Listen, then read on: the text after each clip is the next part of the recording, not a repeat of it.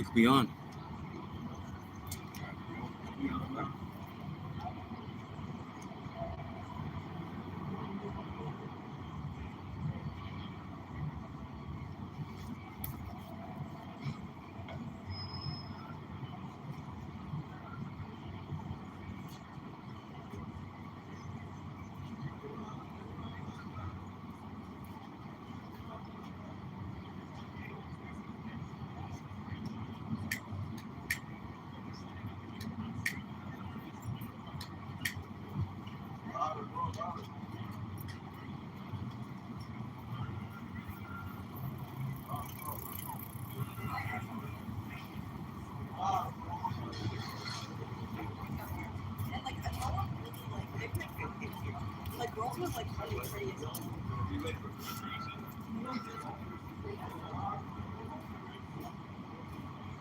Shalom, shalom, shalom. And the Hebrew Israelites come back once again to prophesy the downfall of this wicked queendom, America, aka Babylon, aka Sodom, aka Egypt. But as always, we're going to begin by giving all praise, honor, and glory to Yahweh, Ba'ashem, Yahushai, Ba'ashem, Hakadosh. Double honors, as always, to the apostles, the elders, the bishops, the great millstone. Peace and blessings to the 144,000, the hopeful elect, the 1/3. I'm going to begin by saying shalom. Shalom. Today's lesson is going to be that I saw Satan fall like lightning. Grab that book, 10 and 18, and then you might want to grab Isaiah 14 and 12, and Revelation 13, 12, and 13. I got Isaiah. This is Luke chapter 18, verse 10. Two men went up unto the temple to pray. 10 and 18. 10 and 18.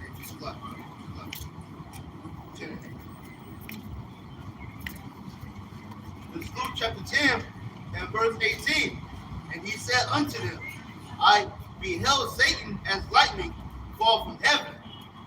So, contrary to Christian dogma, when it's referring to Esau Edom, aka the Caucasian race, aka the so-called white man.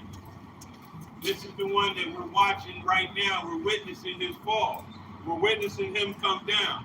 The Most High is literally pulling him out of power. And it's happening faster than he cared to even imagine. But this is just the beginning of him being drug out of power. You know, we're seeing the wars, we're seeing the rumors of wars.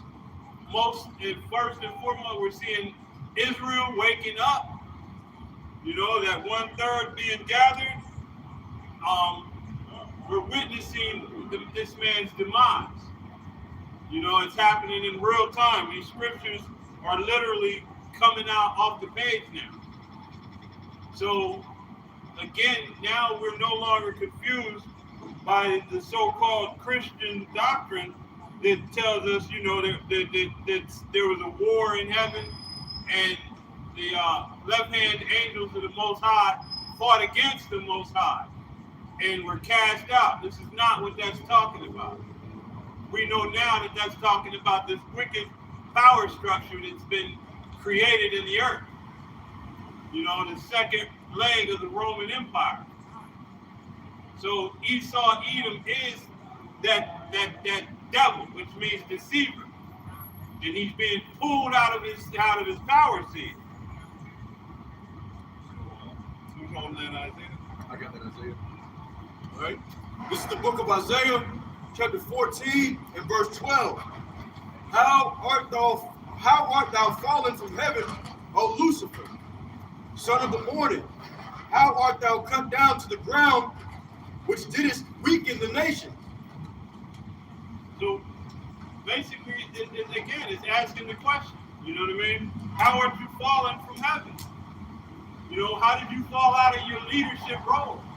By countless stacking up debt. You know, and the American debt is now at $33 trillion. By stealing, robbing, committing all kinds of atrocities and abominations around the world and to all the nations, so that the nations have had their fill. And your main thing was what you've done to the children of Israel. This is why you are truly being pulled out of your power seat. If I may add, in Isaiah 14:12, at the end of it, it says, how art thou cut down to the ground, which didst weaken the nations. Right? All the nations of the earth have been weakened through the lines and philosophies of Esau Edom that he pushes out in the chief nation, which is the daughter of Babylon, also known as America. Right? All the nations are weakened. All the nations have a lack of morale. Okay, people just do whatever they want to do. You got peanut butter chasers, liquor license. You got all kind of wickedness that's completely spread across the whole face of the earth, and it all has been started and spearheaded by Esau Edom. And that's on the carnal level, or on Shalaki, on the spiritual level. On the carnal level, how have you weakened the nations? By pulling their picked rulers out of power, usurping the authority, putting your puppet government in to their leadership roles, stealing their resources, stealing their people, robbing their people. You know what I mean? All of the things that you've done, tricking, robbing, manipulating. What do they call that when they go in and they tear a government down and put in their own puppet leader? It's a name for it. Shalaki. It's escaping me. No, not rebellion. A coup. Yeah, that's what the puppet leader is usually all about, is the coup. But what is it? Hitman. Economic hitman. Economic hitman. So they come in, they loan you money at interest that you can never afford to pay back. And when you look up, now they're running everything. Your women are now out of order. Your men no longer want to work and be men. They want to, whatever this devil tells them they can do. They bring in that damn demon rule, democracy. Do what thou wilt. This is Jeremiah 51 verse 7, and it reads, Babylon had been a golden cup in the Lord Yahweh Shemioshai's hand that made all the earth drunken. The nations have drunken of her wine, therefore the nations are mad. And once again, this reiterates. And what are we seeing today? Brexit. We're seeing Russia, Iran. We're seeing even your allies. What you did with those Russian pipelines. Right. Left your own allies in miserable conditions during the winter. Because of your wickedness. Because you wanted to run a proxy war in another country against Russia. I mean, the whole world knows this is really America and Russia at war in the Ukraine. Right. And when these Ukrainians win, and if they wake up, which is going to be too late, but they going to put that damn leader of theirs to the gallows. Because he's literally allowing America to use his people as cannon fodder. Testing out weapons, going against a nation they know you can't do nothing with them people. But yet, you're allowing your people to be murdered indiscriminately, all based on what this country is telling you to do. So yeah, these nations are mad. They've had their fill. They realize now that America uses slick code words. When they want to steal your money, they tell you we're going to sanction you. When they want to invade your country, they call you the insurgent. When you want to defend yourself, yeah, the nations are mad. Precept. I got a quick precept. Psalms chapter 140. Okay, verse 1, it says, Deliver me, O Lord, Yahweh Bashem Yahushai, from the evil man. We know to be Esau Edom, the son of perdition. Okay? Preserve me from the violent man, which imagine mischiefs in their heart. Continually are they gathered together for war. So that's a characteristic of Esau Edom. They're always out there. They're either in war or they're causing war between other nations. All right? They've been in war perpetually, 222 years out of their existence. I believe it's not 97%. Yeah. Of the time. Yeah. And even when they're not in a public war, they're in a private war. They've had the war on drugs for as long as you can remember. Yeah, and they've been at war against the nation, the true Israelites, from the beginning. Right. So they've never not been at war. And this is what the entire controversy is about. what you've done to the daughter of Zion.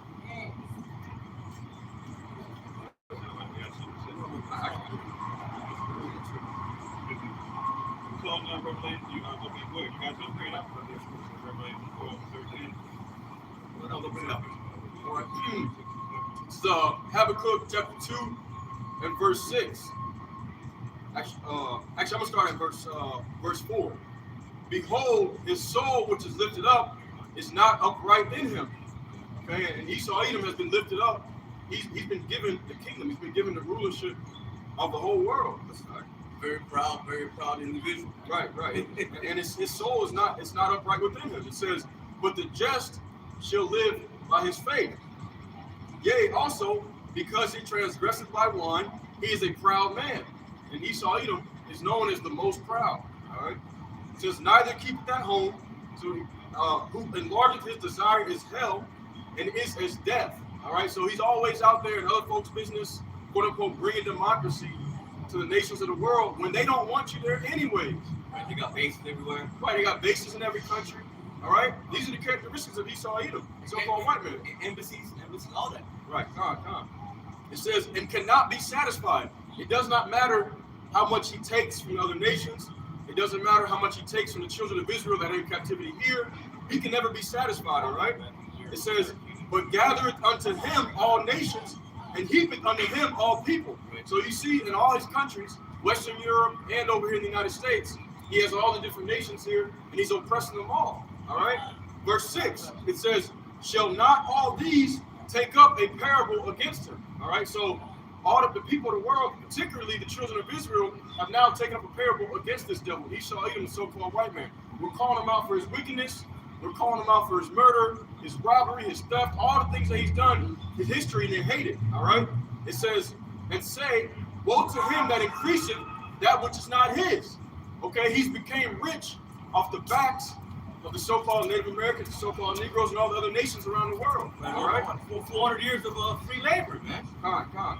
It says, how long unto him that ladeth himself with thick clay. All right? There's more. Right. Well, the thick clay going into what? Heavy debt, and that's what this place represents. It's a debt-bearing nation. You know, you're born, especially you Negroes, Latinos, and Native Americans. You're literally born in the debt in this place. You're born with a pre-subscribed debt. You know, and you know to you Israelites, man, you need to learn. This devil is never going to change. He's following his playbook.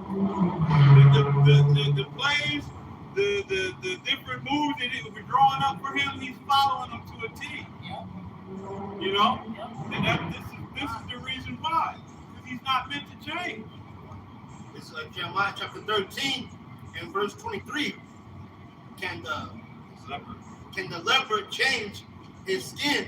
Oh no, Salaki, that's Ethiopian.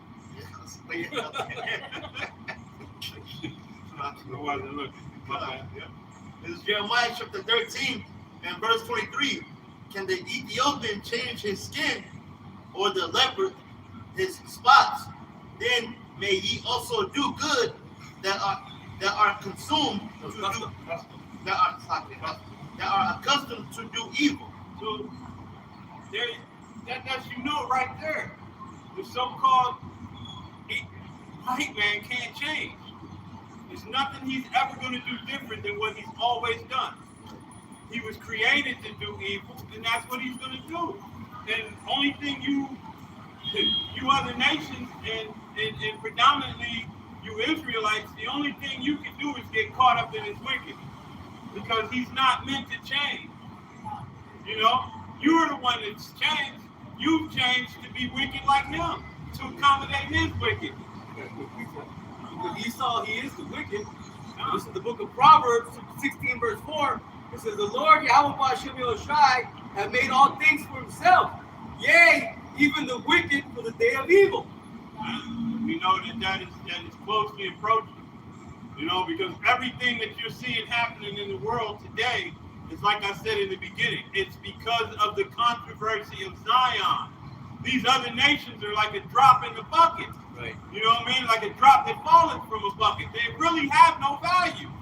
They're just extras in a movie. You know, you walk around and make it look full, but you have no real, no scene in the movie. There's nothing you're really there for except filler. And that's what these other nations are. This whole controversy is between Jacob and Esau. You know? So this is what we're really getting into. And you know, our salvation is en route. You know? So you Israelites is falling into this man's plot, following after this man's ways, still caught up in his system. Man, you're running out of time. You really have already run out of time. If the Most High hasn't chosen to pull you out of the dust that you sit in, you know, you may be one of those 11th hours, but man, why would you want to try and wait till the last minute? We had a precept what he was saying, how the other nations, you guys are really just side characters in the Lord's movie. All right. This is 2nd Ezra chapter 6 and verse 54. It says, and after these, Adam also, whom thou madest Lord of all thy creatures. So we all come from Adam. You know, we can agree on that. Of him come we all, and the people also whom thou hast chosen. So now there's a distinguishment. You know, the Most High chose a certain nation of people. He didn't choose everybody. You people that stuck on that John 3:16, you're going to die in John 3:16 with never understanding, never having proper understanding. Verse 54, it says, so like in 55, all this have I spoken before thee, O Lord, because thou madest the world for our sakes. So there it is. This whole world, the whole world, the earth, was made for the children of Israel. Verse 56 is for the other people, which also come of Adam, thou hast said that they are nothing. Something. Nothing. Somebody. Nothing. So there you have it. Enough said. You're nothing. They're nothing. You know? And the thing is, Esau is going to be less than that. You know? Hey, the Most High says these other nations are nothing. But in the end, after this great controversy and 1,000 years of captivity for you other nations, guess what? You get to go back to your own lands. You get to govern yourself under the rule and authority of Israel. But what happens to you, Esau? That's my slaughter. You're going to be completely annihilated. You're going to be removed off of the earth. A little bit more on that. It says, I'm going to read that again. 2nd Ezra chapter 6, verse 56. As for the other people, which also come of Adam, thou hast said that they are nothing, but be like unto spittle, and hast likened the abundance of them unto a drop that falleth from a vessel. When you have a cup of water or a bucket of water and you spill some, do you even know you spilled it? When you spill a drop, do you even know you spill it? You don't pay attention to it. You're concerned with what's in the bucket. You know, spittle, you're talking, you don't even realize, You know? that's what you say to the Lord, man. You know, most of Spittle. That's already spit in the kid's face. All right. This is now I want to bring this up because a lot of people, they're gonna say that's not Canaan. All right, that's not Canaan or whatever. But it also says this in the book of Isaiah, chapter 40. All right, Isaiah chapter 40, verse 15. Behold, the nations are as a drop of a bucket, and are counted as the small dust of the balance.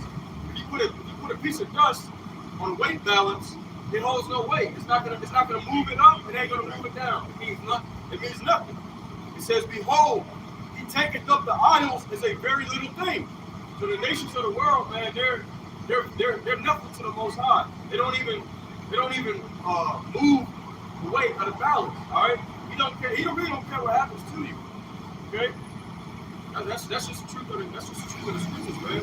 Everything in the Bible is made for the Israelites. Right? To add to what he's saying, we also understand that little cannon for you damn devils is just, that's how you try to fit yourself into our book. That's how you try to paint the likeness of yourselves into our book. Because when the Apocrypha's in, you're out. Every aspect of it tells us you're out. So you try to take the Apocrypha out so you can try to squeeze yourself in. That's why you hate the Apocrypha. If I may add, the Old Testament itself does as well. Right. That's why they tell the people. See, they couldn't just completely get rid of the Old Testament. Right. So they try to say, well, just don't read it. We're in the New Testament now. That's what they tell you, right? Start in the middle of the book. Right, but we'll read the last 30%. But I'm gonna read this because this is straight out the 66 right here. All right, it's the book of Joel, chapter 2 and verse 27.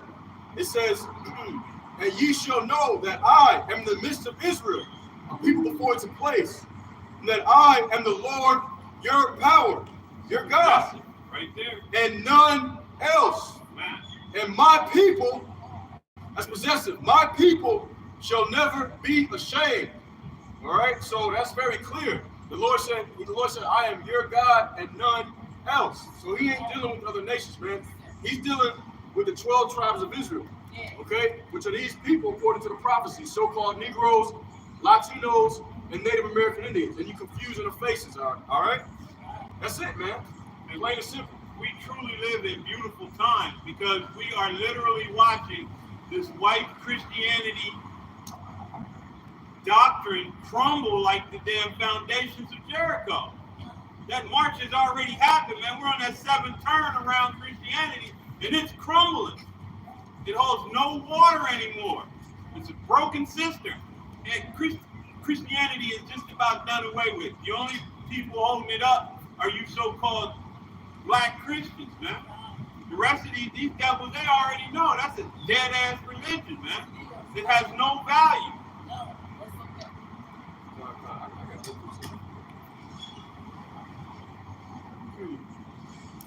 This is and exactly what he was saying about how the truth is really finally coming out, man. All right. So the lies are being destroyed. 2nd Ezra chapter 6. All right, in verse start at verse 28. It says, "As for faith, it shall flourish. Corruption shall be overcome," and the corruption is coming from Esau Edom. All right, he's corrupted. He's turned the truth of the Bible into a lie, and he created the false Christianity, the false religion of the world. False narrative. False narrative. False image, false narrative. Everything. It's all false precepts. Right.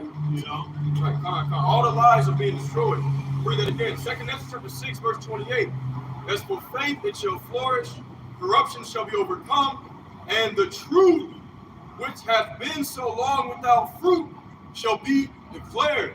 And you devils hate it, man. The truth, which hath been so long without fruit, is now being declared throughout the four corners of the earth. All right, the Hebrew Israelites are all over the earth, man. America, Mexico, Central America, South America, Europe, Asia, Russia, everywhere, in man. every land amongst every people. We look like every nation. Out of every nation, our people will come when they're called. Those that are of the elect, that 1/3, that innumerable number. You know what I mean? They're gonna come out of every nation. You know, but hey, you know, and that time is swiftly coming upon us.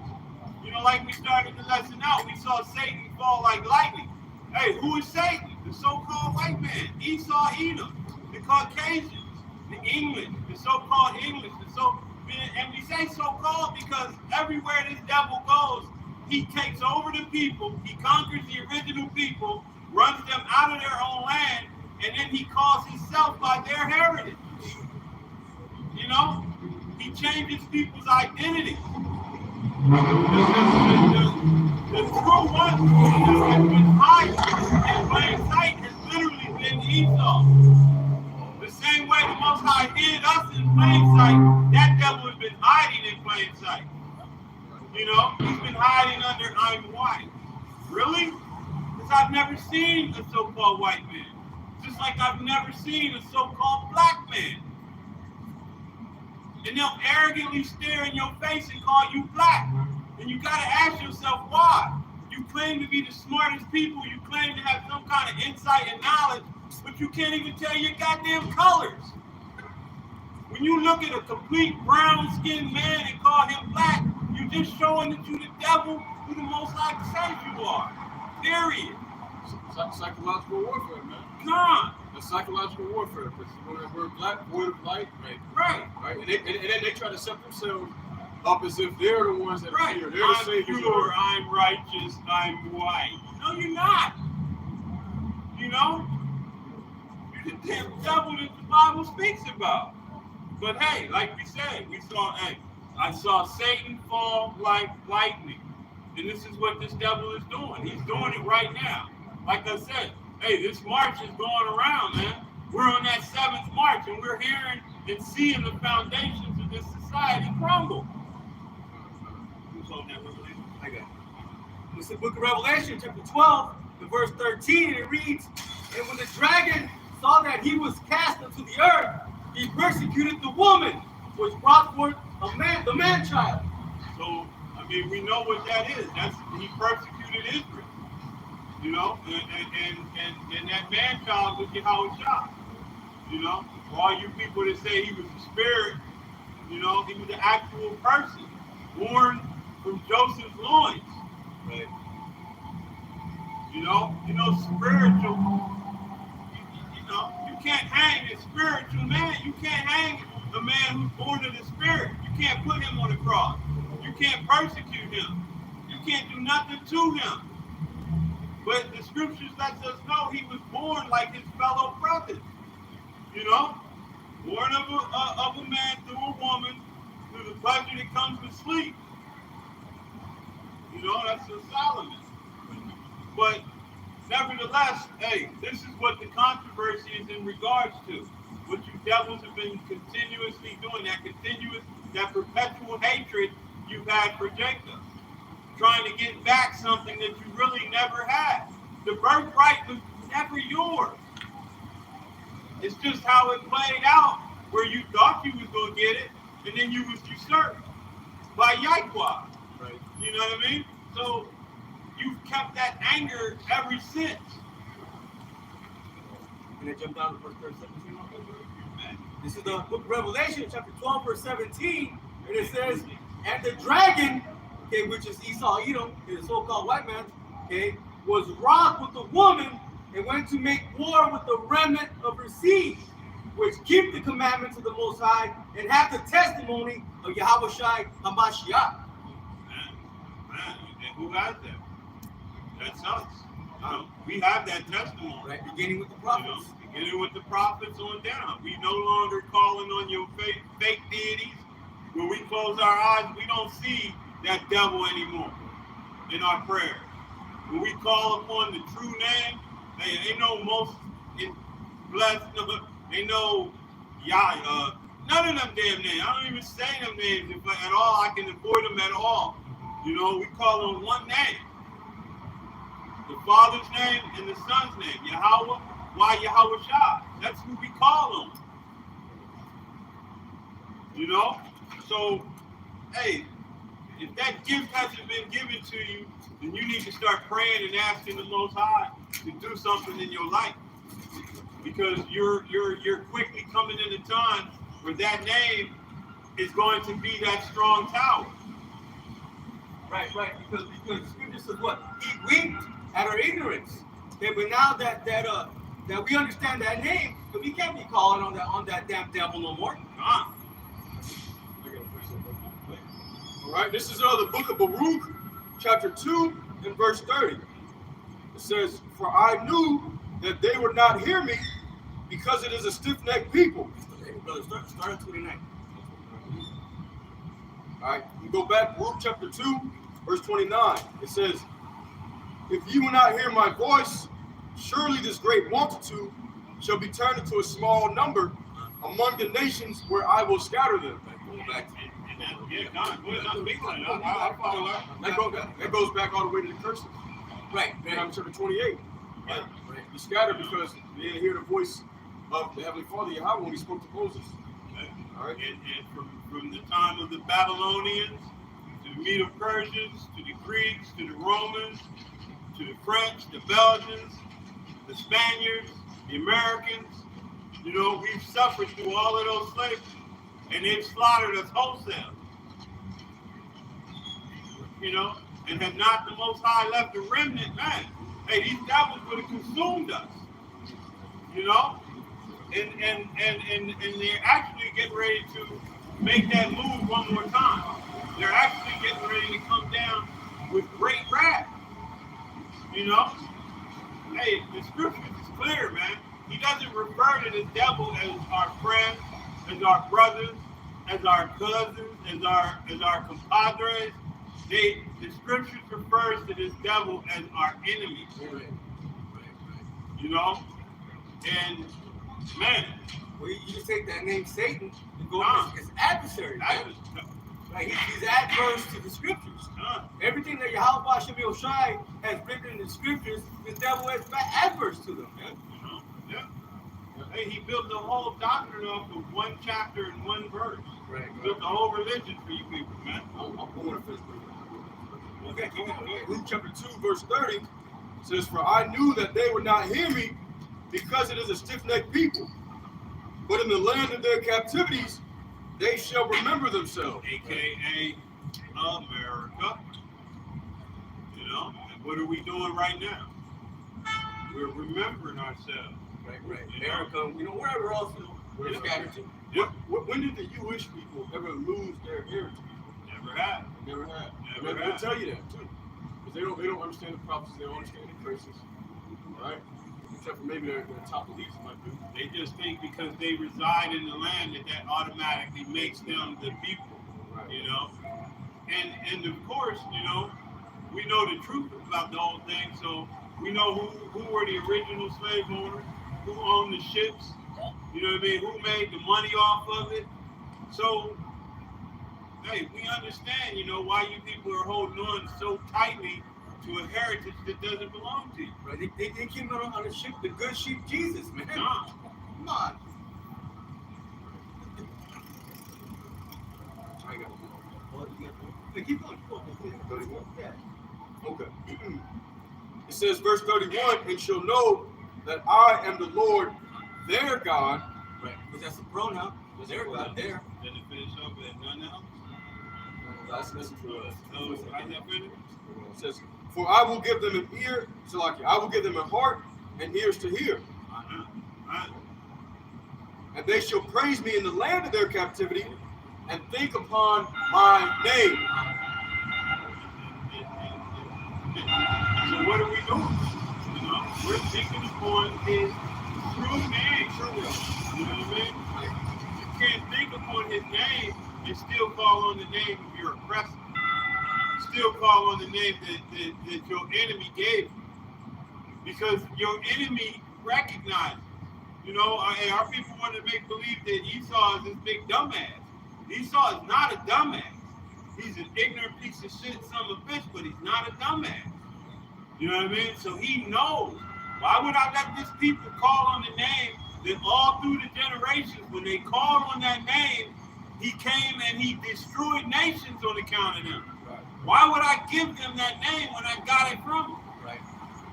You know what I mean? And you people still calling on that abominable name, you're not thinking. You know? I want to bring out a quick verse, if I may, that also adds to that, because the thing about it is, the people of the world, it's not for them anyways, but really, why would the Heavenly Father give his true name to his chosen and to their enemies? Right. That don't make sense. Right. And it tells you right here in Luke chapter 1 that the Lord is going to deliver the people from their enemies. And if I may, before you read that, why would he give it to a people who are steady abhorring after other gods? You know what I mean? The reason he took his name from us, because our people were abhorring after other gods. We were literally prostituting ourselves out to every other nation's god. So why would he allow a people like that to make? That's like your wife is out and she's getting knocked off by every other nigga on the block, and you still, hey baby, hell no. You know, everybody's plowing his heifer, and you think, you know, hey, he's still good with that. Hell no. We held the precious name of the Heavenly Father, Yasharallah. Why would he allow us to keep that name and be an abominable people? Before I get there, matter of fact, I'm going to finish up that Luke chapter 2. Yeah, this is Brother, you get all the meat off of that bone. Luke chapter 2, there's only 3 verses. Luke chapter 2, verse 33, it says, and return from their stiff neck and from their wicked deeds. For they shall remember the way of their fathers which sin before them, which sin before the Lord. And I will bring them again into the land which I promised to open to their fathers, Abraham, Isaac, and Jacob. And they shall be lords of it. And I will increase them, and they shall not be diminished. I want to say that. It said in that 34, and they shall be lords of it. So that means they're going to have total control over the land. It's not going to be no Palestinians over there. Ain't going to be no Arabs over there, no Persians, all these different nations, no Edomites. The children of Israel, when they go into the land, the Heavenly Father, whose only begotten Son, is going to send them there. He's going to get them there, and they're going to have full dominion. It ain't going to be no war in the land, none of that. All right? And verse 35, it says,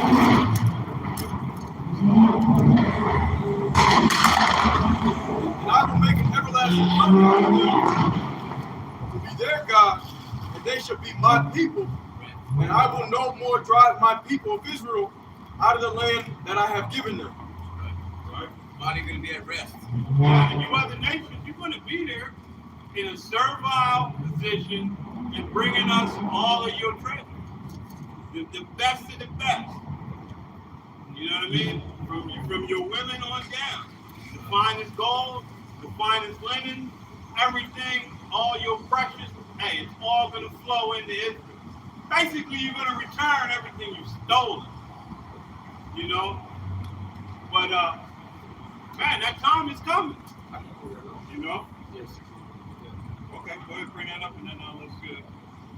Oh, yeah, good. That's the brother Brady. I'll read that. It's Isaiah chapter 13, verse 12. I will make a man more precious than fine gold, even a man than the golden Wedge of Ophir. So basically, in the kingdom, man, me and my brothers, we're gonna be looking handsome in the kingdom. The Lord said, I will make a man more precious than fine gold.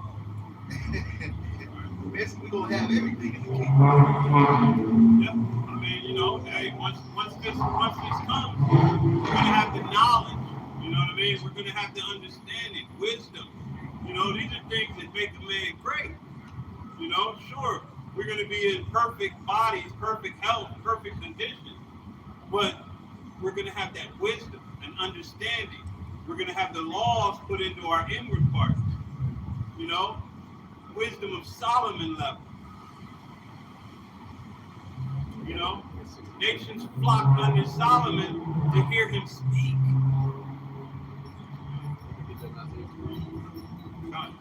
To get understanding, you know, and that's what's going to happen again. You know, we're gonna be pulled out of this condition that we're in.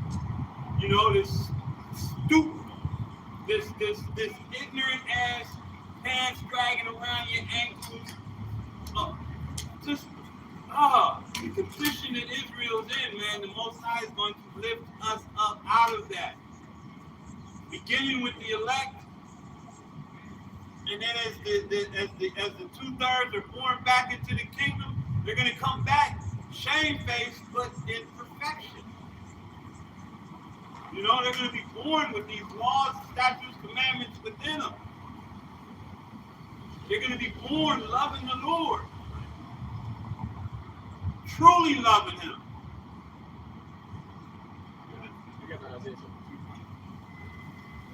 So, just going into what he was saying, we're going to be returned back to our marvelous estate. All right, all the nations in the world are going to come into the holy city to learn from the children of Israel. All right, this is found in Micah chapter 4 and Isaiah chapter 2. I'm going to read Isaiah chapter 2 and verse 2. It says, and it shall come to pass in the last days that the mountain of the Lord's house shall be established in the top of the mountains, and shall be exalted above the hills, and all nations shall flow unto it. And many people shall go and say, Come ye, and let us go up to the mountain of the Lord, to the house of the God of Jacob, and he will teach us of his ways, and we will walk in his paths. For out of Zion shall go forth the law and the word of the Lord from Jerusalem. So there's that wisdom restored. You know, to know the law is wisdom. Surely this is the great people. You know, when we're once restored back to, man, having that knowledge once again, that level of perfection, knowing how to treat each other, knowing how to live amongst each other,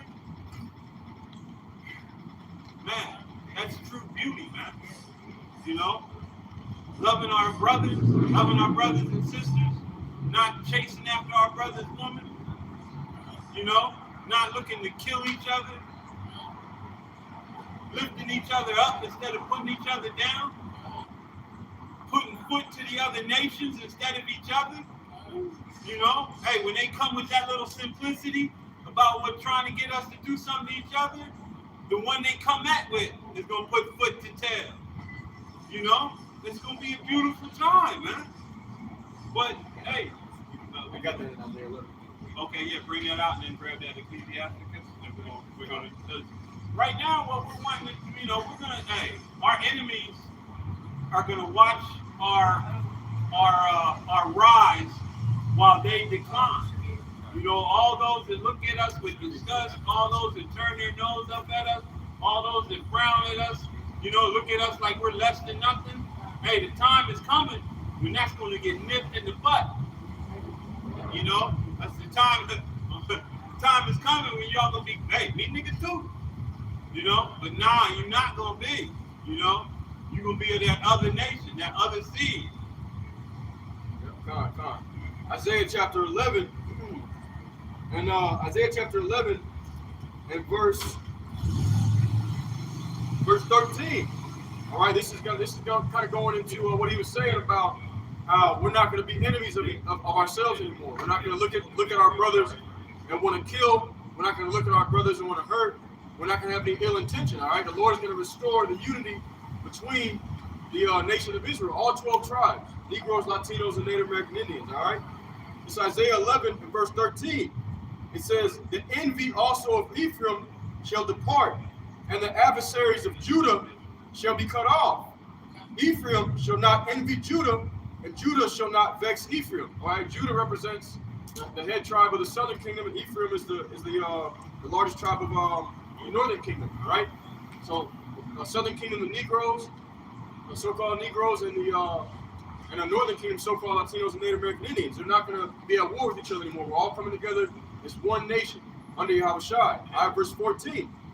It says, "But they shall fly upon the shoulders of the Philistines toward the west, and shall spoil them of the east together. They shall lay their hand upon Edom and Moab, and the children of Ammon shall obey them." All right, so Edom, the so-called white man, Esau, Edom, Moab, the Chinese, and the children of Ammon, all right, the so-called Japanese, shall obey them. All the nations of the earth are going to be in subjection under Yahushua, King David, 144,000 men on down. All right, the righteous order. Come on. And that's all coming to us once this damn devil goes down, man. Once his rulership is taken away from him, okay, and the nation of Israel is established, okay, Yasharallah in the kingdom, that's what's coming to our people, man. Okay? Right in Ecclesiastes 25 and 7. So, hey, this is the part we're looking forward to now. You know, we're seeing the fall of our enemy, but now, you know, hey, come on. This is the book of Sirach, chapter 25 and verse 7. "There be 9 things which I have judged in mine heart to be happy, and the 10th I will utter with my tongue.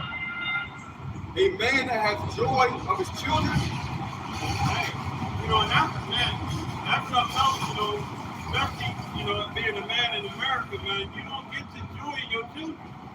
You know? They're usually used as weapons against you. You know, hey, to have children here is a burden, man. You know, she can threaten you with them. She does all kinds of different things. And if you do anything, she can take them. And then her and Uncle Bob will raise your kids and turn them into complete demons. Degenerates. Degenerates. You know?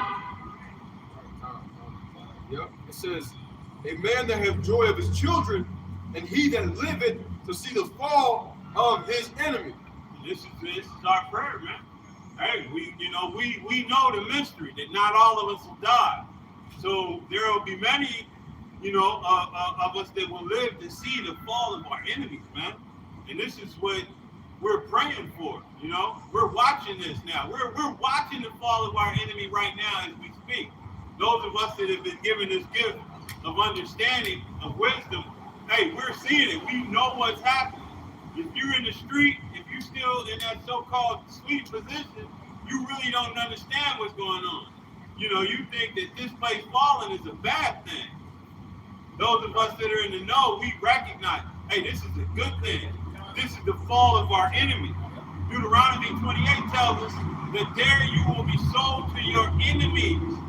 You know, but our people now, that was in the past. What they did to my great-great-grandmother and great-great-grand, that's in the past. Are you kidding me?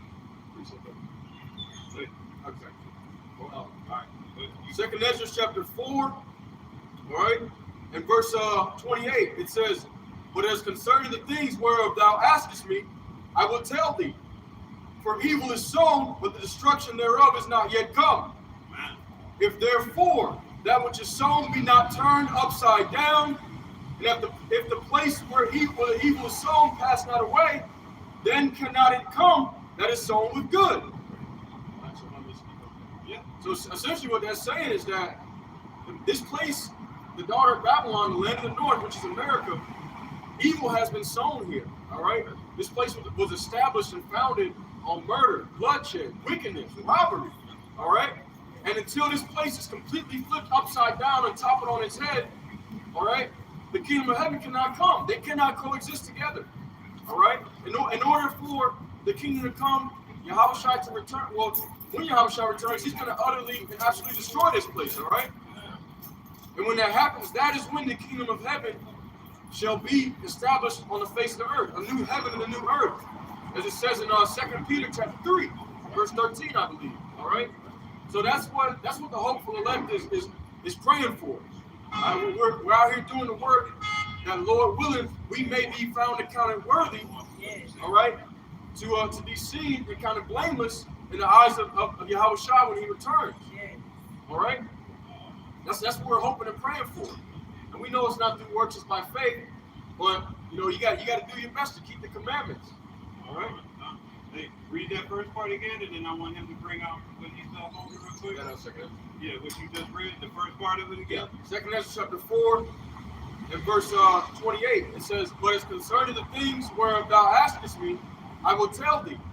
For the evil is sown, but the destruction thereof is not yet come. So this is what I wanted him to read, because a lot of our people are in that mindset that it's been so long, nothing is going to happen. That, since, what does it say? Since our fathers fell asleep, everything has continued as it always was. But we're here to tell you it's going to happen.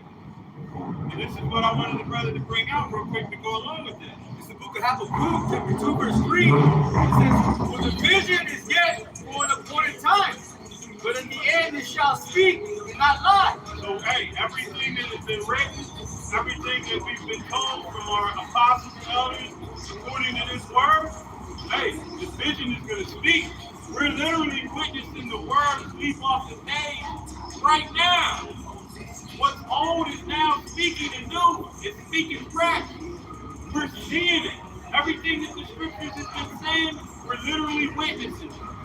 And if all the past manifested itself according to the scriptures and the will of Yahweh Shemyahushai, what makes you think that the rest won't? Though it tarry, wait for it. We're waiting patiently, bringing out this word, doing what we've been told to do. Because it will surely come, it will not tarry. And it ain't tarry. It's happening. And what you consider time and what the Most High consider time are two completely different things. The Most High exists outside of time. We live in this time bubble. But make no bones, man, this is going to happen. It's happening. And we're witness to it. You got yeah, the brother got a precept. You got another one? Yeah, I'm trying to find it right quick. Okay. It's a second Exodus, 7 verse 43. For the day of doom shall be the end of this time, and the beginning of the immortality for the come, wherein corruption is past. And that immortality only pertains to the children of Israel. That's the only people that are going to receive that immortality. To the same people that were under the original covenant are the one and only people that are going to be under the new covenant. You know, hey, you damn devils considering yourselves to be part of something. You know, and that's why you created a covenant in and of itself for yourselves. One that's already in effect. You know, that's why you claim that, because you recognize that you're not part of the covenant of Israel. You never were, you never will be. You've attempted, like I said earlier, you removed the Apocrypha so you could attempt to insert yourself where you didn't fit. But you don't fit in this book. The only place you fit is Obadiah and sections of Isaiah which condemn you. That's why they created all the falsehoods, man. Right. They created falsehoods. They X'd out the Lord, took away his image, took away his purpose of why he came. Right. So they could include themselves. That's why they made an entire Bible out of John 3:16. Because you needed to fit yourself in. And as long as you can keep people in a stupid-ass American English type of mentality, then they never either look up and they never consider, and even when they were told what that world in John 3:16 represents, they wouldn't care. Right.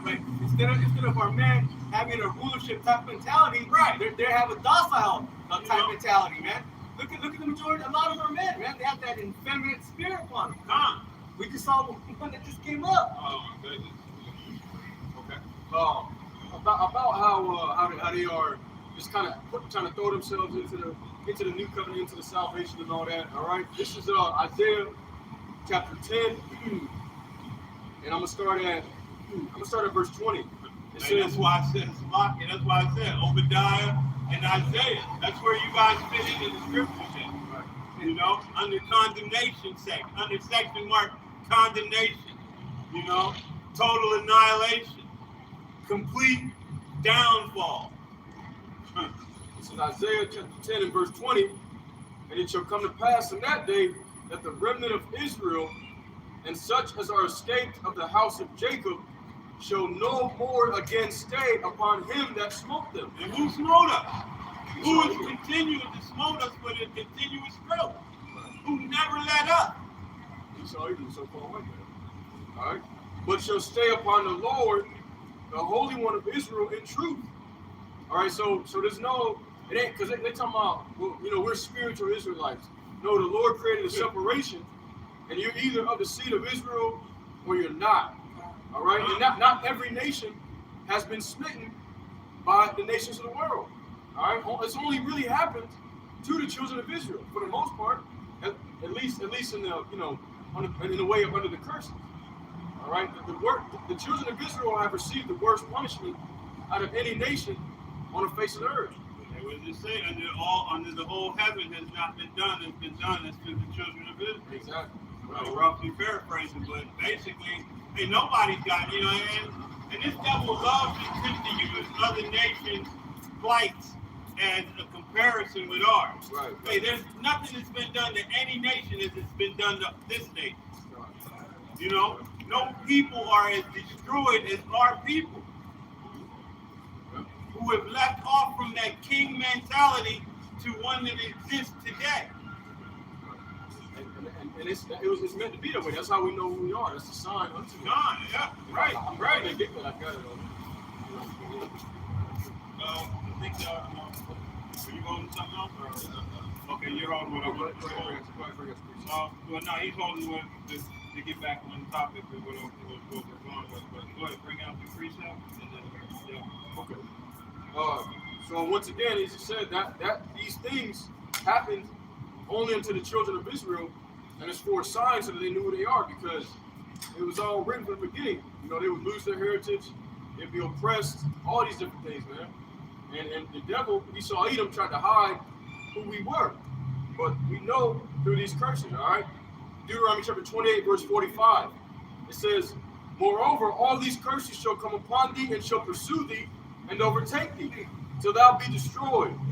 Because thou hearkenest not unto the voice of the Lord thy God, to keep his commandments and his statutes which he commanded thee, and they shall be upon thee for a sign and for a wonder, and upon thy seed forever.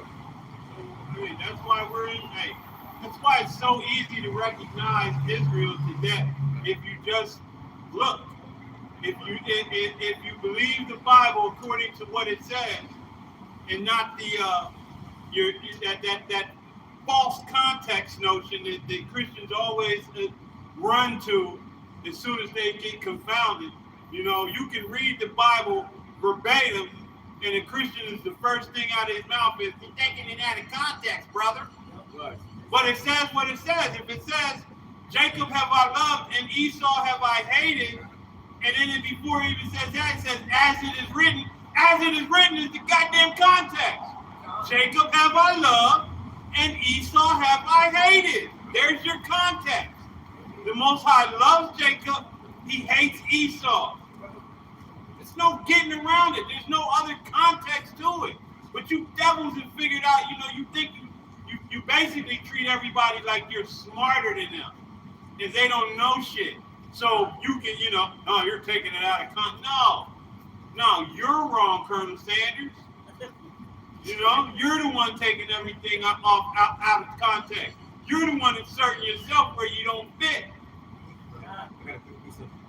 This is the book of Luke, chapter 16, verse 26.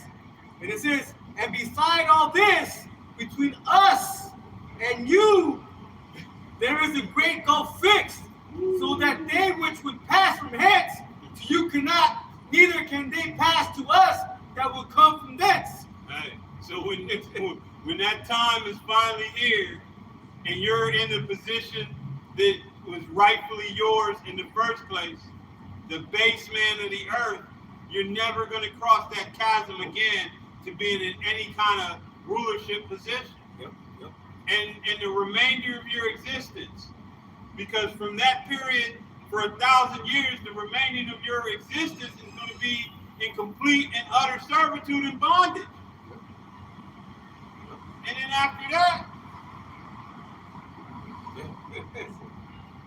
No more pasty, milky, you know. doughy, pant-load looking ass. You know what I mean? It's goodbye, Felicia. You know, it's just that simple. You know, hey, the downfall of our enemies. We bring that Leviticus out for me, please. It's Leviticus chapter 26 and verse 7. And ye shall chase your enemies. So, hey, the time is coming, man. The time is coming. When once Yahweh B'Shem Yahushua rises up to the prey and gives us, turns the fishermen into hunters. Hey, man, we're going to annihilate you guys, man. We're going to chase you down, put you in chains, because death is too sweet. Death is a sweet release. Death is too good for you, man. Hey, we want that same level of defiance when you put in chains. Chains gonna be heavy And too. you can't do shit about it. You can't kill us. You can't do nothing to us. You're just going to get put into it. You're going to go instantly into a position of servitude. Bring them out. Bring them out. Psalms chapter 149 and verse 5. It says, let the saints be joyful and glory. Let them sing aloud upon their beds. Let the high praises of Yahweh be in their mouth and a two-edged sword in their hand. Think it's literal. Yeah, I was going to say, that's not a metaphorical sword. That's a literal sword. And what are we going to do with it? It says to execute vengeance upon the heathen and punishments upon the people, to bind their kings with chains and the nobles with fetters of iron. You know, hey, and you devils have only to go to one of your great thinkers, Einstein. What is vengeance? Vengeance is the reaction to an action. You know what I mean? You don't seek to get vengeance on the person that hasn't wronged you, that hasn't done you right. You know what I mean? Hey, vengeance comes from people that have done wickedly unto you. Right. That's what vengeance is. There's an action, and then there's a reaction. You show me love, my reaction is love. Unless I'm an Edomite, then you show me love, my reaction is to hack you down and enslave you. Like your favorite Columbus, whom you just got done celebrating. He came to the indigenous people, they showed him love, his only mindset, put him in captivity. You're going to get that same level of love in a minute, man. That vengeance. Dig it all up, bro. All right. The last verse of Psalms 149, verse 9, it says, to execute upon them the judgment written. This honor have all his saints, praise ye the Lord. Right? I also want to bring out Ezekiel 25 if I may. All right, I'll bring it up. Yeah, you're right. All right. Ezekiel chapter 25 and verse 12. Thus saith the Lord Yahweh, Bahashem Yahushai, because that Edom hath dealt against the house of Judah by taking vengeance, and hath greatly offended and revenged himself upon them. Therefore, thus saith the Lord Yahweh, Bahashem Yahushai, I will also stretch out mine hand upon Edom, and will cut off man and beast from it, and I will make it desolate from Teman, and they of Dedan shall fall by the sword. And I will lay my vengeance upon Edom by the hand of my people Israel.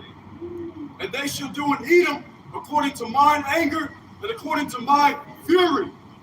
And they shall know my vengeance, saith the Lord, Yahweh, Bahashem, Yahushai.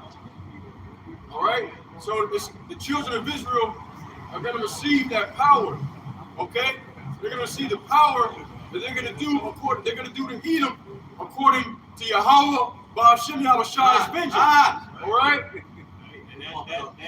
And what he's bringing out goes perfectly with what you ready to bring out, man. Bring it out. Hey, that vengeance is going to come with spiritual power. Right. You know? This is the book of Psalms, chapter 18, and verse 37. And it says, I have pursued my enemies and overtaken them. Neither did I turn again till they were consumed. Hey, man, speak on it. Yeah, man. I mean, when we get that spiritual power, Lord willing, we be amongst those men, hey, man, our enemies aren't going to be able to do anything. Okay? We're going to chase them down. We're going to catch them. We're going to do whatever we want with them. Okay? And it said again, it says, I have pursued my enemies and overtaken them.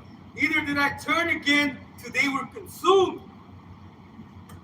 Hey, so, basically the same way you pursued us, the same type of level of rage you put on us, just picture that on a godlike level. Right. You know what I mean? Because, hey, we're going to bring it to you, hey, full strength, man. It's going to be full strength, that vengeance, man. It's not going to be mixed with mercy, mixed with love, mixed with, hey, I'm sorry I got to do this to you.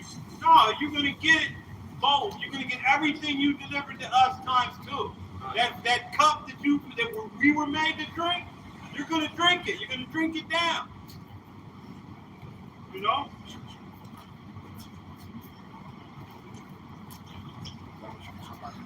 Yeah.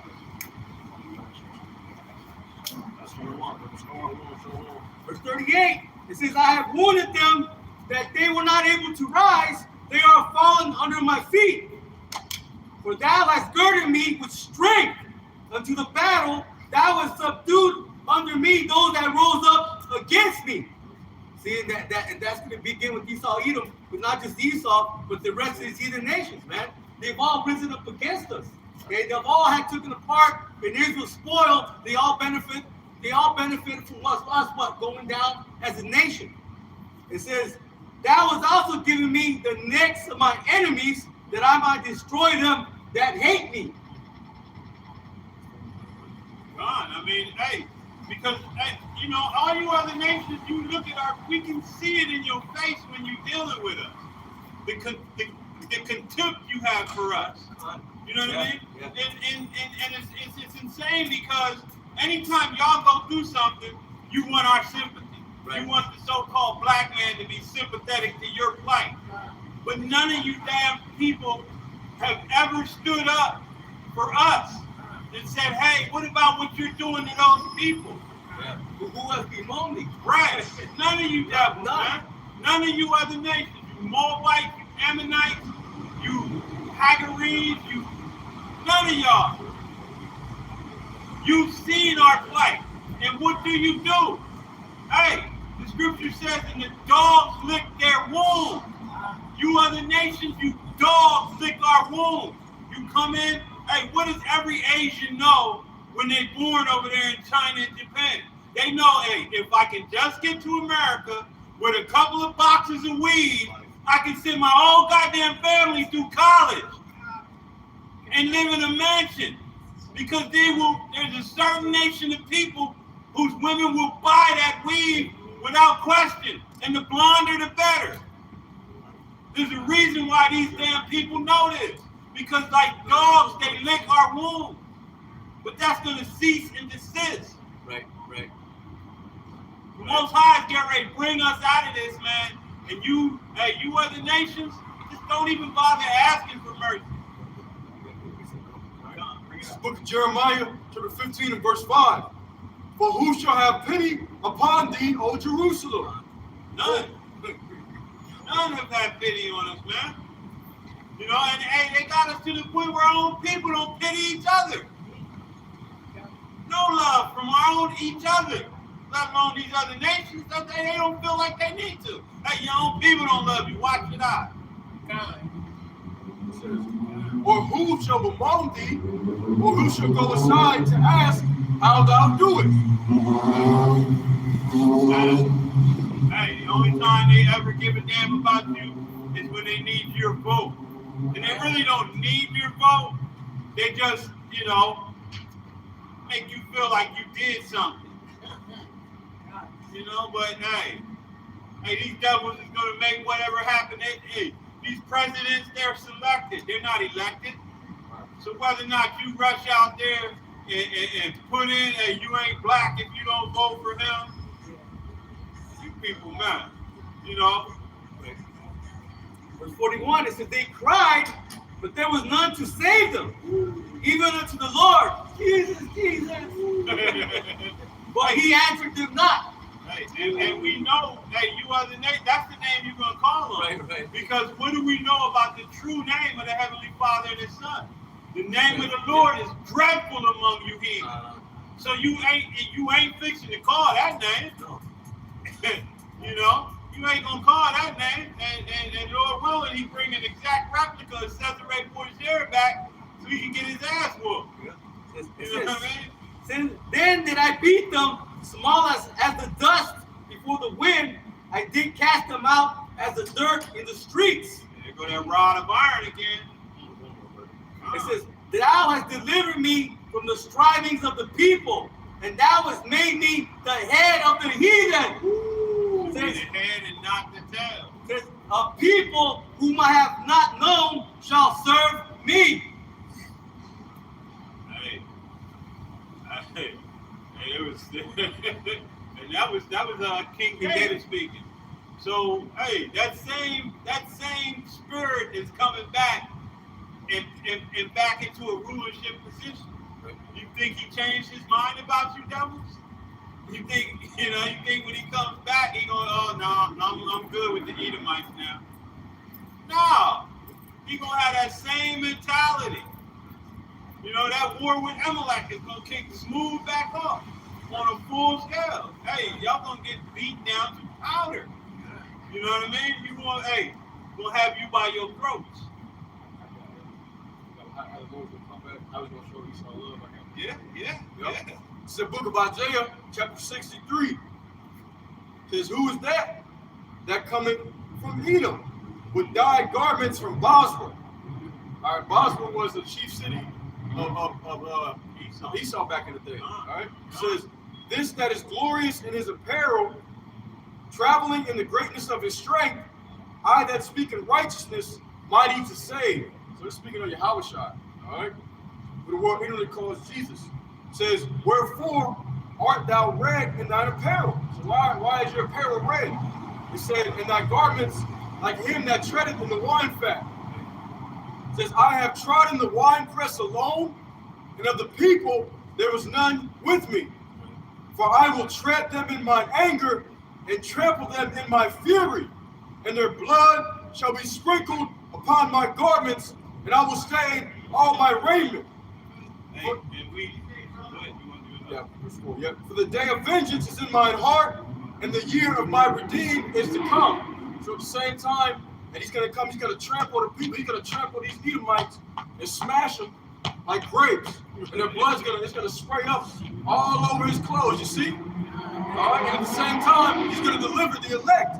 This is the day of his vengeance and the year of the redeemed. All right? And you Christians love the metaphorical.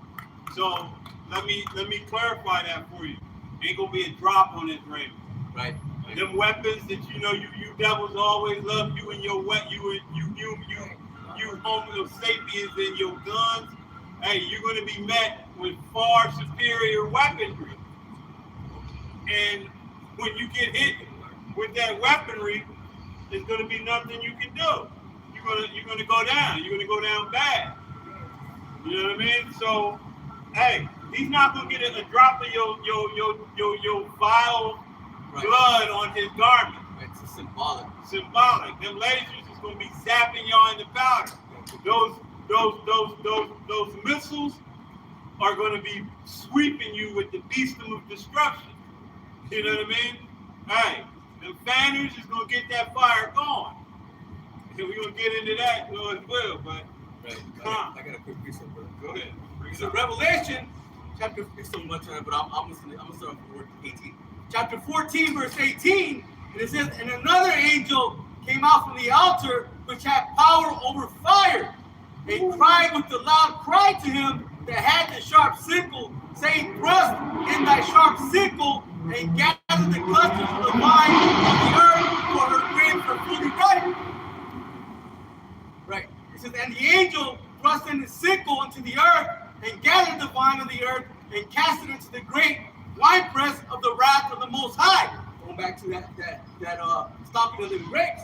Look, and the winepress was trodden without the city, and blood came out of the winepress, and blood came out of the winepress, even into the horse bridles, by the space of 1,600 furlongs. Just saying what? There's going to be a lot of bloodshed, man. A lot of bloodshed.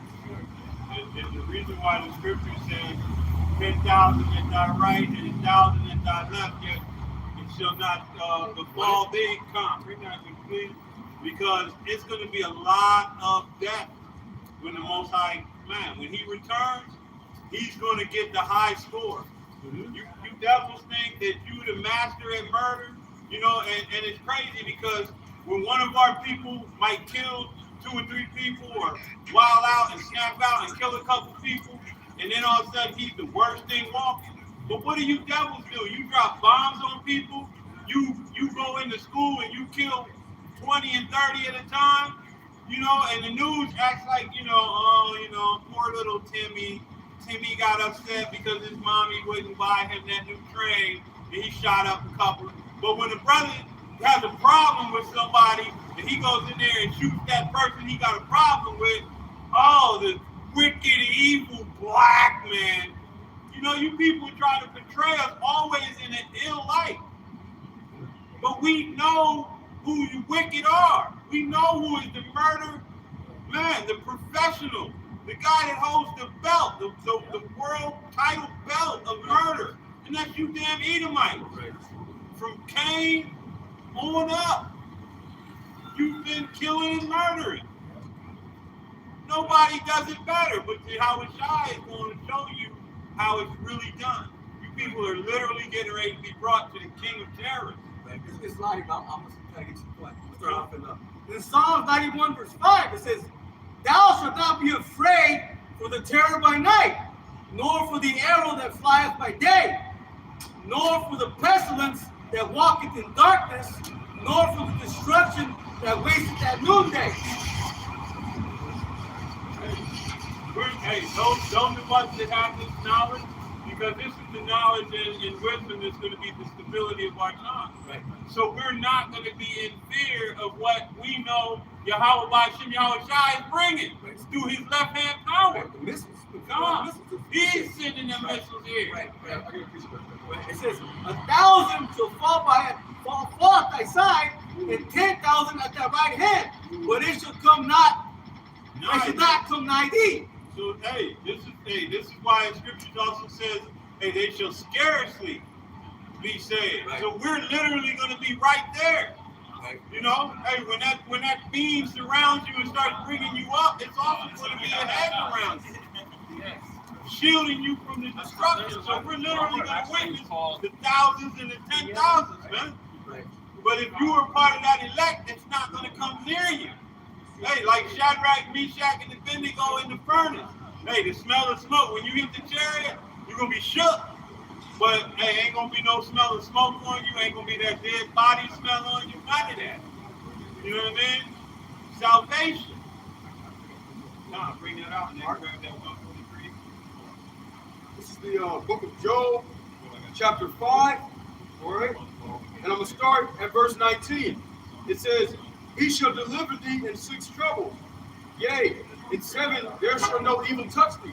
The number 7 is the number of completion. All right? So he's going to completely cover you from all the evils that are going to come upon the face of the earth, Lord's will. All right? Verse 20, it says, in famine he shall redeem thee from death, and in war from the power of the sword. Thou shalt be hid from the scourge of the tongue, neither shalt thou be afraid of destruction when it cometh. At destruction and famine thou shalt laugh, neither shalt thou be afraid of the beasts of the earth. For thou shalt be in league with the stones of the field, and the beasts of the field shall be at peace with thee. And thou shalt know that thy tabernacle shall be in peace, and thou shalt visit thy habitation, and shalt not sin.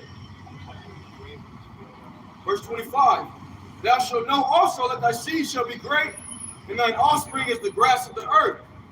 Thou shalt come to thy grave in a full age, like as a shock of corn cometh in his season. All right? So the Lord, he's saying he's going to protect the elect, man. All right? From all these troubles, a complete number of evils that are going to come upon the face of the earth. All right? Famines, wars, pestilence, all the eruptions are, we're in that number. Okay, we're going to be protected from all the evil that's going to come upon the face of the earth, man. That's what we hoping for, that's what we're praying for them. Right? But for the 2/3, they're going to be victims of it, all right? You know, they're going to be destroyed. And the reason they're going to be victims and destroyed is because you don't trust. You know what I mean?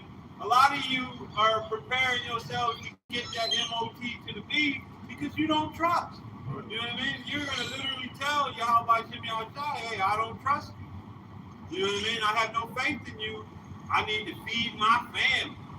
I need to take care of my, hey, just like in the wilderness, when you didn't believe, you know, hey, and then you rightly complain, you received angels' food, manna from heaven, and yet, you know, you guys complain.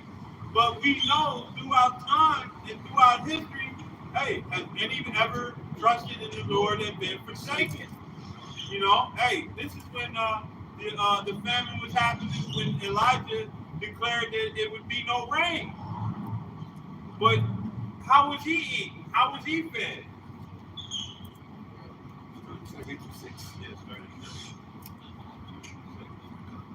This is 1 Kings chapter 17, verse 2. And the word of the Lord Yahweh Ba'Shem Yahweh Shai came unto him, saying, get thee hence, and turn thee eastward, and hide thyself by the brook, Cherith, that is before Jordan. So right here, when the Most High had Elijah shut the rain off, he sent Elijah a place where nobody would be able to bother him, and where he'd have water to drink. And what else? And it shall be that thou shalt drink of the brook, and I have commanded the raven to feed. Feed for him. Feed thee there. Feed thee there. We shall be in league with the beasts of the field. We see the Most High had the ravens feed him. Yeah, we're getting ready to come into those same miracles, man. Come. And this is why we go through what we go through now. So that our faith will be on that level Right. when those times come. Because when the time of Jacob trouble comes, he ain't gonna be able to get ready. If you're not ready, there's gonna be no getting ready. You know what I mean? And we see right here that the Most High takes care of his own. And man, the very birds, the ravens, the Most High had the ravens feed him. You know? I don't know, y'all know the story of Daniel when he was in how he ate when he was in the lion's den. What's that? Habakkuk. You know, they ain't snatched him up The locks. by his locks and took him over there. You know what I mean? Hey, I don't even know where Babylon is. gotcha. Hey, we serve the Almighty, a righteous power. There's nothing he can't do. There's nothing he won't do for his elect. You know? Man, hey, but you have to learn to trust. You know? And really you can only obtain that level if that's what he wants you to do. You know? And that's why we fear the Heavenly Father and his Son. Yeah, man. I got a piece of it. Okay, and then this, yeah, what I have to go, I think 143. Okay, yeah, it's 143 and 12. So that's all I'm really saying. Yeah. Go back to what I was. I'm gonna bring out this. All right, this is Sirach chapter 2 and verse 10, and it says, "Look at the generations of old and see, did ever any trust in the Lord and was confounded? Or did any abide in his fear and was forsaken? Or whom did he ever despise that called upon him?" Verse 11, "For the Lord is full of compassion and mercy, long suffering and very pitiful, and forgiveth sins, and saveth in time of affliction." All right, so it's telling you the characteristics of Yahweh Hashem Yahushai. All right, and it said that he's very pitiful and forgiveth sins and saveth in time of affliction. And you got to trust and believe in that. All right. Our faith has to be at a really high level, man. But we know that's gonna have to come through the power and spirit of Yahweh Hashem Yahushai. It's not gonna be nothing of ourselves. But what the Lord is preparing us for that time. He's giving us those faith builders right now. You know, those building blocks for faith. If you faith in the day of adversity, your faith is weak. And we see that happening. A lot of people, y'all ain't got no faith because y'all not even believing in the true power, the Holy One of Israel in the first place. When that 1-9 hit, a lot of people, they had no answers because the church ain't got no answers for you. So they fell out. You know? And that's not just with the church, but that was the ancient men of our people right now. These other camps, their elders, their leaders, we tell, hey, go get it. Do what you gotta do. You gotta feed your kids, right? You know, hey, but the apostles, elders, and great millstone, hey, they was like, hey, don't do it. Don't do it. Period. Point blank. End the conversation. Trust in the Most High. Trust in Yahweh Hashem Yahushai, and He'll give you what you need. Right. That other job is just, he's got the other job waiting lined up. All you got to do is not do what these devils is trying to get you to do, and the window's already been open. The door's closed. If you let the door close, the window's open. The windows, he's already got the window open, but you terrified that door gonna close. So you ain't gonna let it close. You gonna go ahead and get that thing, and now, hey, that's no longer available to you. Right. You gotta believe when there's no lights on, you're gonna have lights. God. You gotta believe when there's no food, you're gonna open your refrigerator, there's gonna be food. If we serve a power strong enough to make that happen, You gotta believe it. without question. Them damn ninjas, man, they would have got their 3 sons. Right away. Right away. Yeah, right away. If Fauci was right there for him. You know? Yeah. Well, I don't know if you guys want to It's up to you.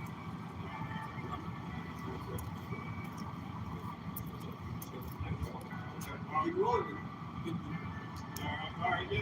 Go ahead. I'll try to. Yeah, Psalms 143 and 12. You know, and it's just continuing on what with our enemies. You know.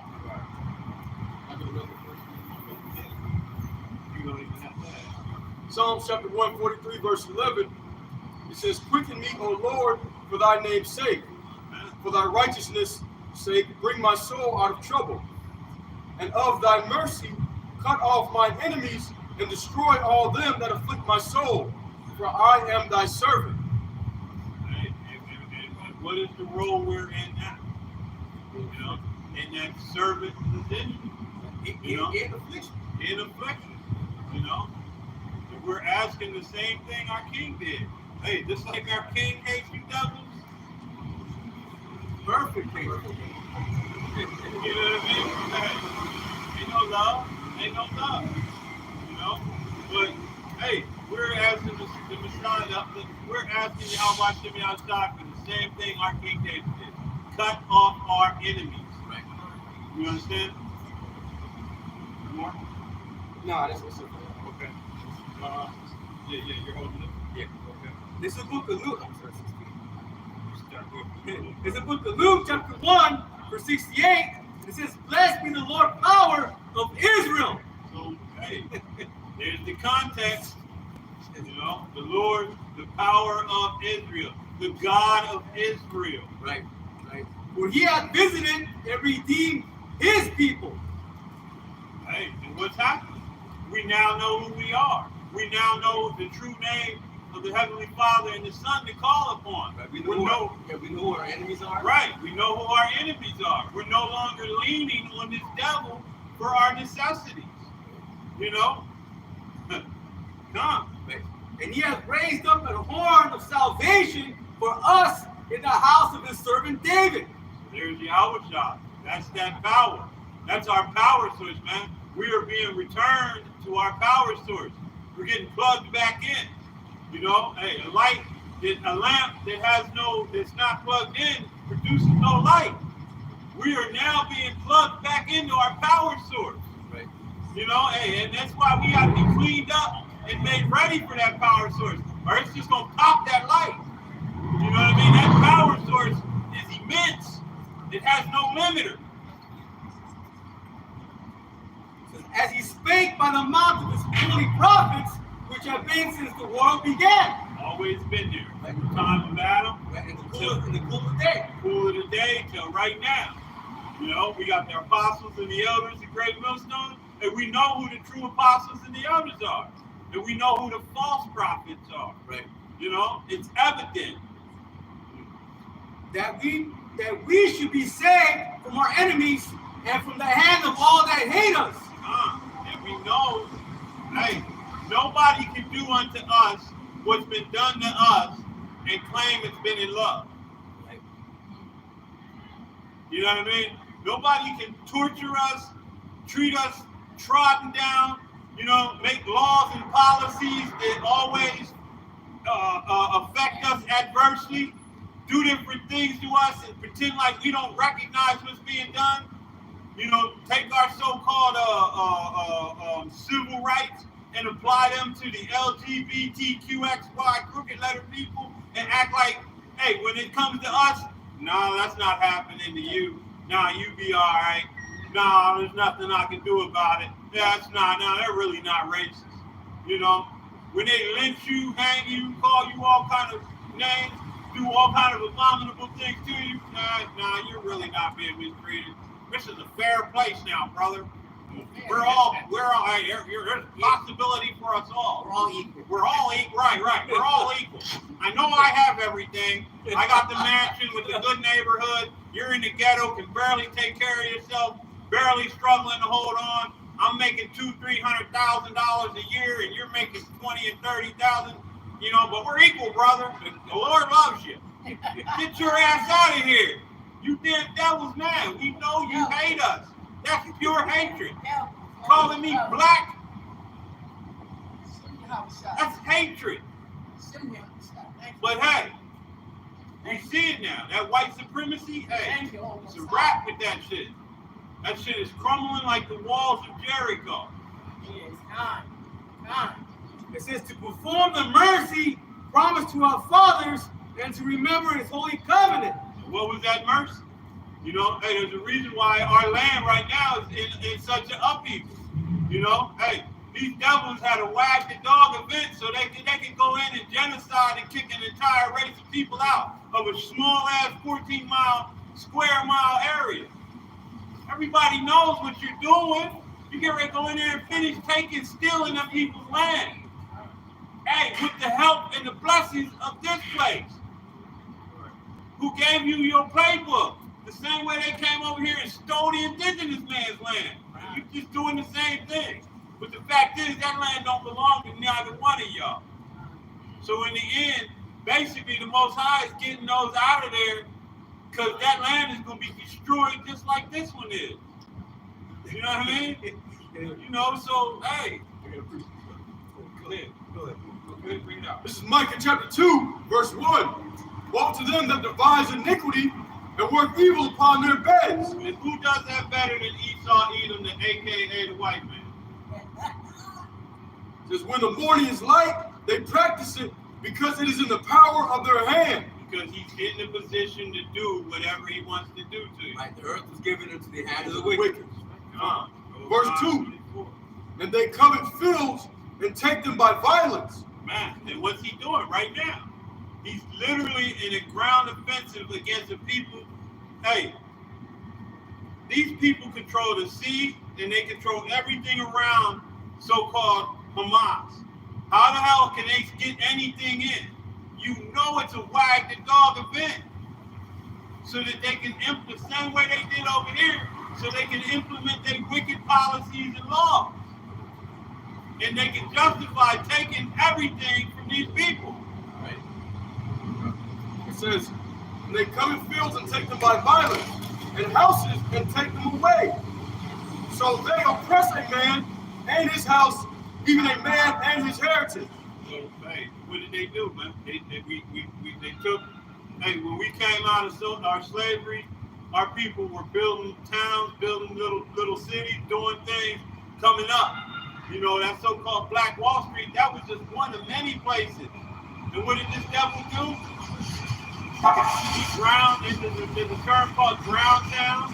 He burned them out, he shot them out, he hung them out, he bombed them out, he destroyed them.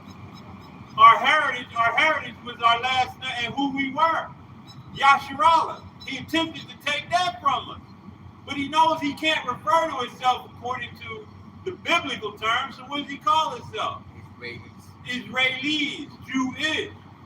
You know, creates a new Israel. It's Yasharallah.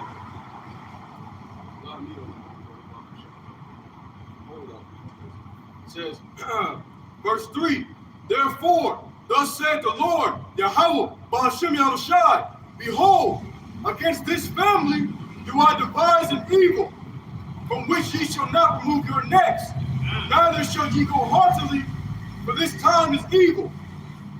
In that day shall one take up a parable against you, and lament with the doleful lamentation, and say, we be utterly spoiled. He hath changed the portion of my people. How hath he removed it from me? Turning away, he hath divided our fields.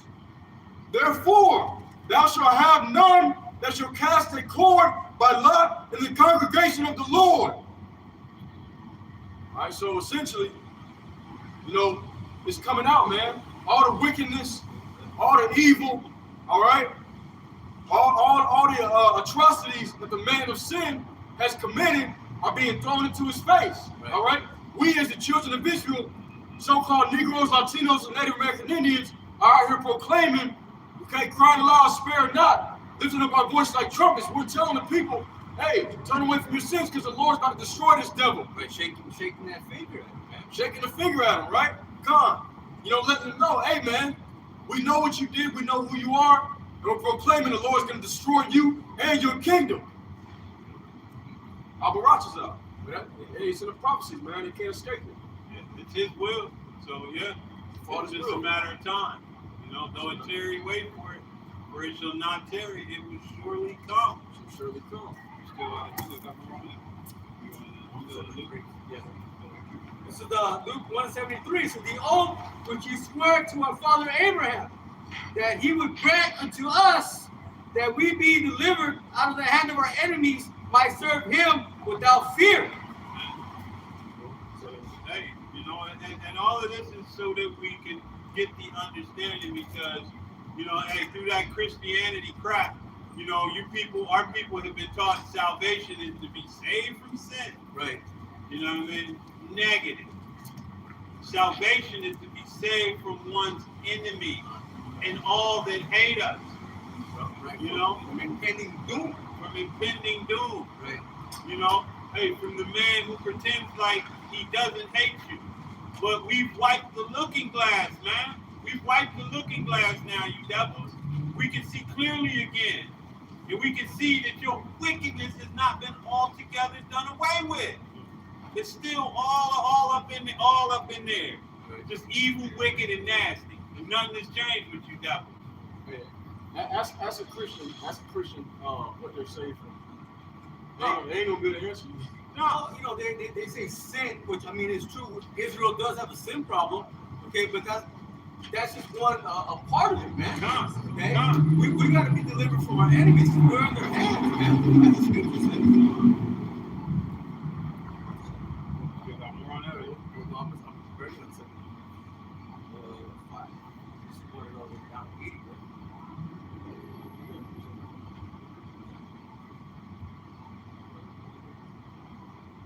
Bring that to precept, brother. Well, he's actually, are you got a precept or are you holding what I want? You got a precept? Go ahead, bring your precept up.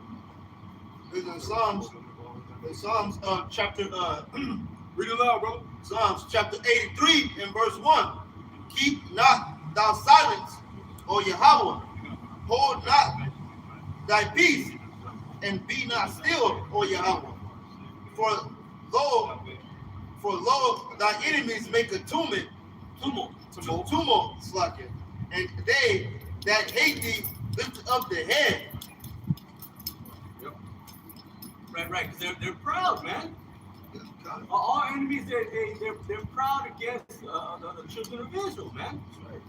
You can see it in their face, man, when they look at us. You know, look down their nose like they looking down their nose at us, but they really don't understand. We're looking at our nose. Right. You know what I mean? We have Yahweh Bashim Yahweh Shai. You don't. Yeah. Who should be the one that has, you know? Hey, real quick, man. I'll be at work. These damn devils, man, come up. I'm like, I want to say something so bad, but I say, you know what? Yeah. Wait, just wait till the kingdom, man. Yeah. You know, to the kingdom. They have taken crafty counsel thy people against thy people, People against their people. and consulted against thy hidden one. Right, the hidden ones. Okay, and who was the hidden ones? It's Israel. Hidden right in plain sight, man. Okay, he said we're mingled amongst the heathen. And they have said, come, let us cut them off from being a nation, that the name of Israel may be no more in remembrance. Right, and that's what they've done, man. They said let us cut them off from being a nation. So they took away our heritage. Okay, they gave us a white man Jesus. Okay, they gave us Christianity. Okay, all the falsehoods that they put upon our people. And what do our people do? They eat it up. Man, they ready to swoon and cry, especially the women. You know, hey, that's why these so-called Christian churches are full of the black woman. You know what I mean? Because she is mesmerized by this devil. She thinks she knows, You know? And this devil has given her leeway to be as wicked as she want to be. As wicked as she can be.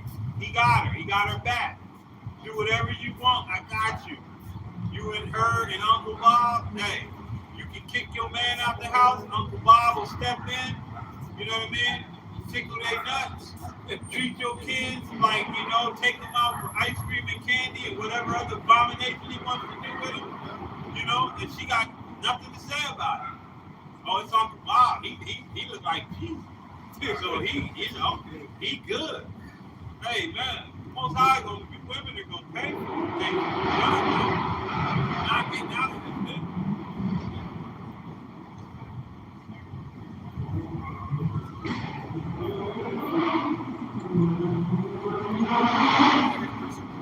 Okay, yeah, bring that up and then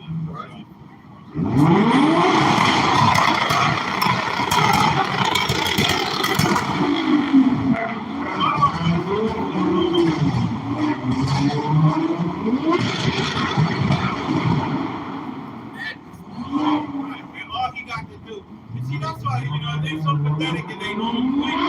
All he has to do is ride around and make that abominable noise. But if a so-called black man turns his radio up down, he gets a noise pollution.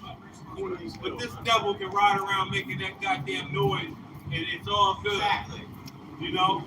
What the fuck kind of hypocritical nation do we live in? Jeremiah chapter 50 and verse 7.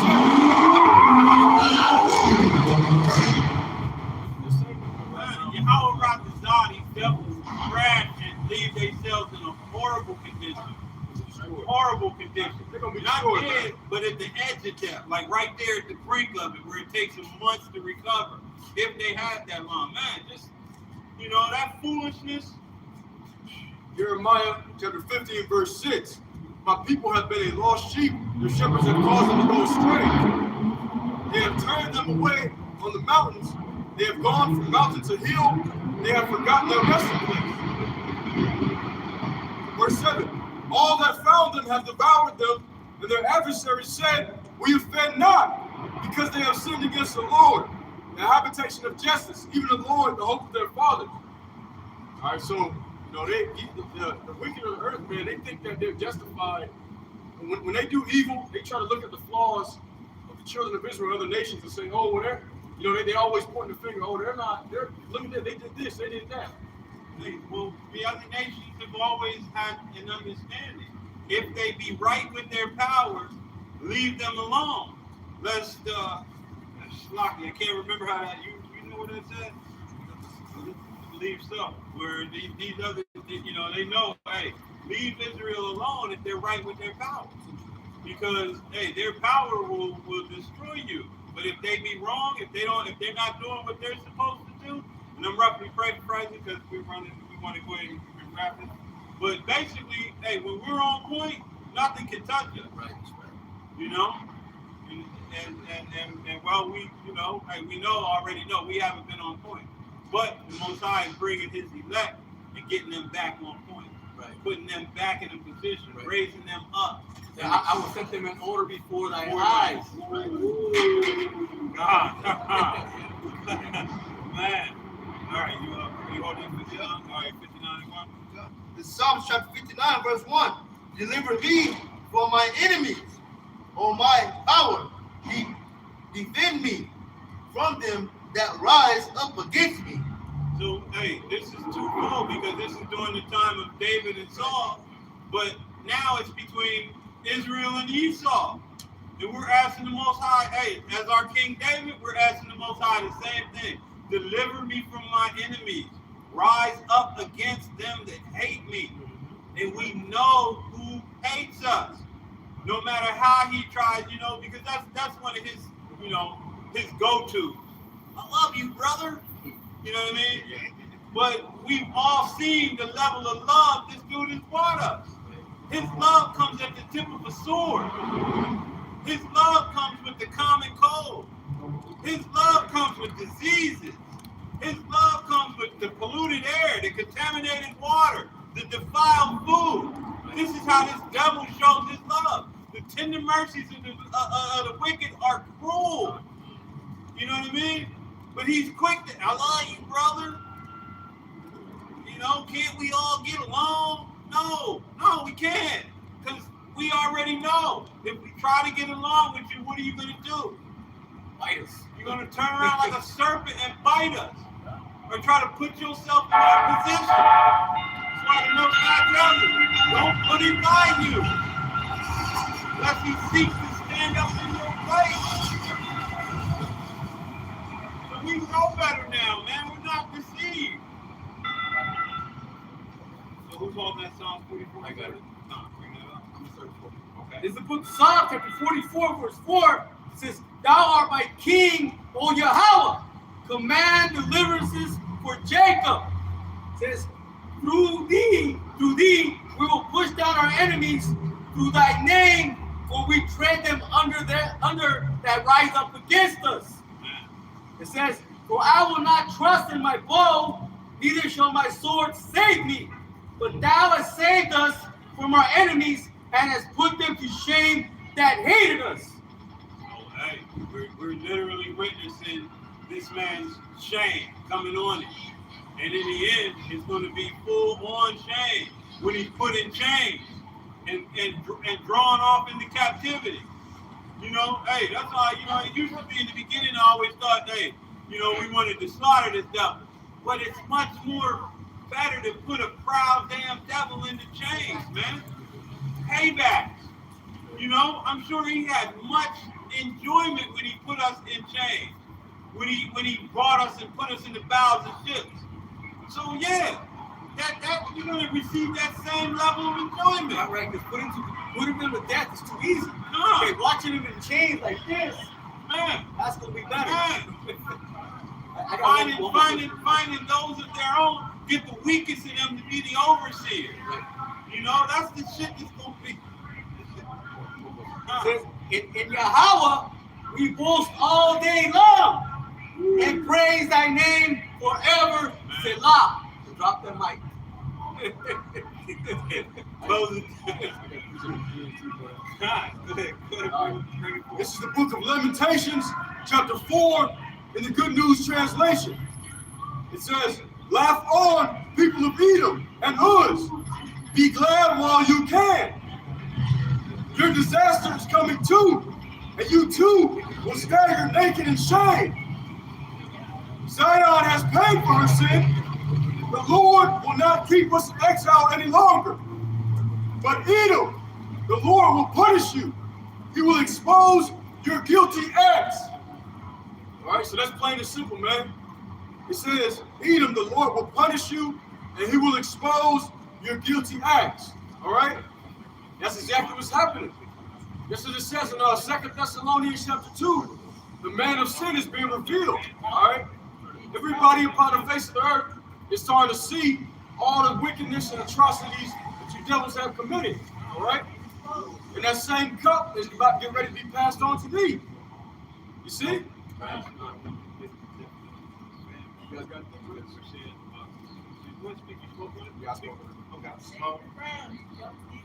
yeah. So once again, I'm gonna read that again. Again. Lamentations chapter 4, verse 21 in the Good News Translation. Laugh on, people of Edom and Uz. Have your fun, man. You know, go out there and enjoy your life. Right? This is your kingdom, man. Party it up, live it up. Right? It says, be glad while you can. Your disaster is coming too. You too will stagger naked in shame. You guys thought that your kingdom's gonna last forever, man. But the Lord had a different plan. All right, verse 22. Zion has paid for her sin. All right, so-called Negroes went to slavery, man. So-called Native Americans, Latinos, all right, they came over, the conquistadors came over to slaughter them, rape their women. All right, Zion has paid for her sin. The Lord will not keep us in exile any longer. So our punishment is over, all right? Our punishment is coming to an end. But Edom, the Lord will punish you. He will expose your guilty acts. All right, so the man of sin is being revealed, man. It's all coming out. And who's more guilty than you?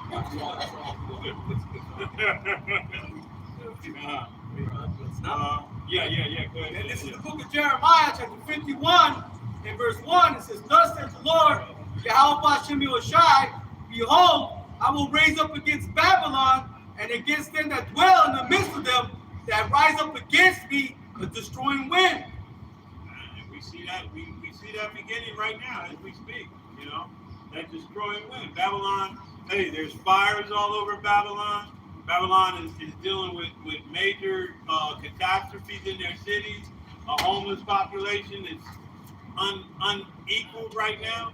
You know, you have just to go down the block right now. here, they're trying to clean it up, but they have nowhere to put these people.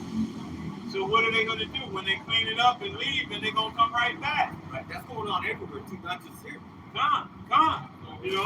So yeah, these things have begun. Right. Babylon it's been falling, man. Right. It says, and will send into Babylon fanners. So now this is what I wanted, man, because what do we see with this whole so-called migrant issue?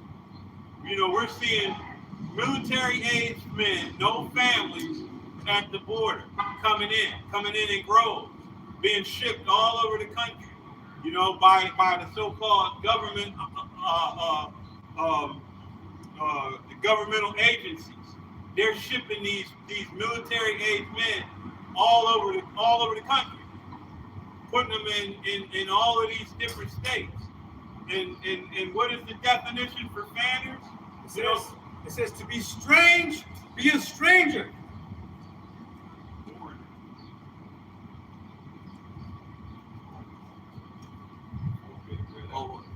Okay, strange, another stranger, foreigner, an enemy. So, hey, this is what we have entering this country right now. If you don't think the prophecies and the remaining prophecies are at the door, we don't know where you've had your head at for the last couple of years. But the closing prophecies are literally beginning to manifest and become, come into fruition. If the Most High hasn't given you pause to turn back and repent, man, you better pray you one of them 11th hour babies, because other than that, it's not going to happen for you. You still under that strong delusion, under that deception. I hate saying it like this, but you better go ahead and live it up now in Babylon, Right. Because you're going to have a shamefaced and a horrible judgment. Right. You're gonna drink of the judgment that wasn't yours to take. Right. It was, but technically this judgment is for Esau. Right. But you're gonna be part of it because you're gonna be in that 2/3 assembly. I'm gonna finish it. I'm reading the NLT. No, I didn't finish it. It says Jeremiah 51:2 in the NLT says, foreigners will come and winnow her, blowing her away as chaff. They will come from every side to rise against her in the day of trouble. Hey, man, like I said, we see this coming.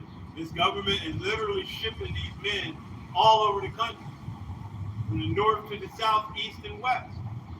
And these right-wing Idumeans, they see what's happening and they're complaining about it. But in the end, there's gonna be nothing they can do. These are the men that's gonna go to war with you, highly what do you call it? With all you devils and all your guns. You guys that have stockpiled weapons and ammunition. You're gonna get full use out of it. You're gonna get your chance to do that thing that you've been claiming and proclaiming. Jacob's trouble is coming, and you Jakes, you unprepared Jakes, you Jakes without a covering. It's just, man, it's gonna be open season. It's gonna be, like my boy, your boy Daffy and Buzz. It's duck season. It's gonna be open season on Jake. And Elmer Fudd gonna get at y'all, man. Gonna get at y'all in the worst kind of way, But go right down to 19 to 24, and then I have that with close up. Okay. It's the book of Jeremiah, chapter 51, and verse 19. And it reads, it says, the portion of Jacob is not like them, for he is the former of all things, and Israel is the rod of his inheritance. So there's the reason why, though Jacob came out second, the blessing was already promised to him. Because Jacob is the original, man. Jacob is the former of all things. Jacob is those first fruits created. So though he may have come into this place behind his brother Esau, he still was the first.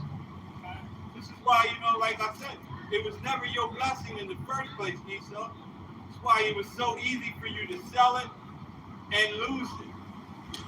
And then you thought you was going to come back around and get it anyway, but it wasn't meant to happen because it wasn't yours. You know what I mean? Jacob is the former of all things. Again, this is the portion of Jacob. It's not like them. For he is the former of all things, and Israel is the rod of his inheritance. The Lord Yahweh Hashem Yahushua of hosts is his name. Verse 20 says, Thou art my battle axe and weapons of war. So with thee will I break in pieces the nations, and with thee I will destroy kingdoms. And with thee I will break in pieces the horse and his rider, and with thee I will break in pieces the chariot and his rider. Well, hey, this is why, our enemies is going to have their hands full. Right, and he did the same thing to Pharaoh. Done. The chariot and his rider and the horse and his rider. Man. Hey, Israel is about to become that battle axe, that weapon of war. And in the Lord's hands, man, hey, nobody is going to be able to do anything with it. Right. Like a man. You're not going to be able to handle it. It's a juggernaut, man. Gone. Unstoppable. It said, With thee also will I break in pieces man and woman. And with thee will I break in pieces old and young. And with thee will I break in pieces the young man and the maid. It says, I will also break in pieces with thee the shepherd and his flock. And with thee I will break in pieces the husbandman and his yoke of oxen. And with thee I will break in pieces captains and rulers. And I will render into Babylon and to all the inhabitants of Chaldea all their evil that they have done in Zion in your sight, saith the Lord Yahweh Hashem Yahushai. So if you want me to sum that up in a small sentence, Israel is about to have the ultimate everything must go sale. And guess what's for sale? All you other nations, especially you Edomites. It's going to be a wholesale destruction. Everything got to go. Going out of business. You other nations are going out of business, man. And the business of Israel is about to be manifest throughout the whole globe. So with that, I'm going to have this brother bring out the scripture that I always like to end with, because our people need to understand, first and foremost, hey, faith in Yahweh Shai, and then bring that out. This is Ecclesiastes chapter Ecclesiastes. Lift up thy voice like a trumpet. It's Ecclesiastes chapter 12, verse 13. Let us hear the conclusion of the whole matter. Fear Yahweh Hashem Yahushua and keep his commandments, for this is the whole duty of men. That, hey, reverence, fear, hey, pay attention, follow, listen, do what you're told. You know what I mean? Fear the Most High and keep his commandments. That, brothers got anything else? So we pray that this is not an edifying lesson. I want to thank Yahweh God for allowing us to come out once again. We want to close by giving all praise, honor, and glory to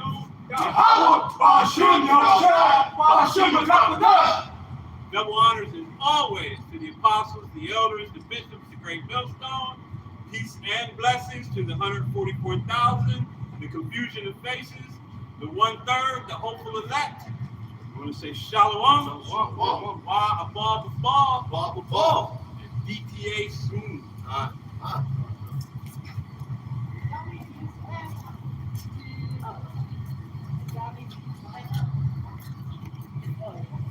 The code is 35 days. And this was good.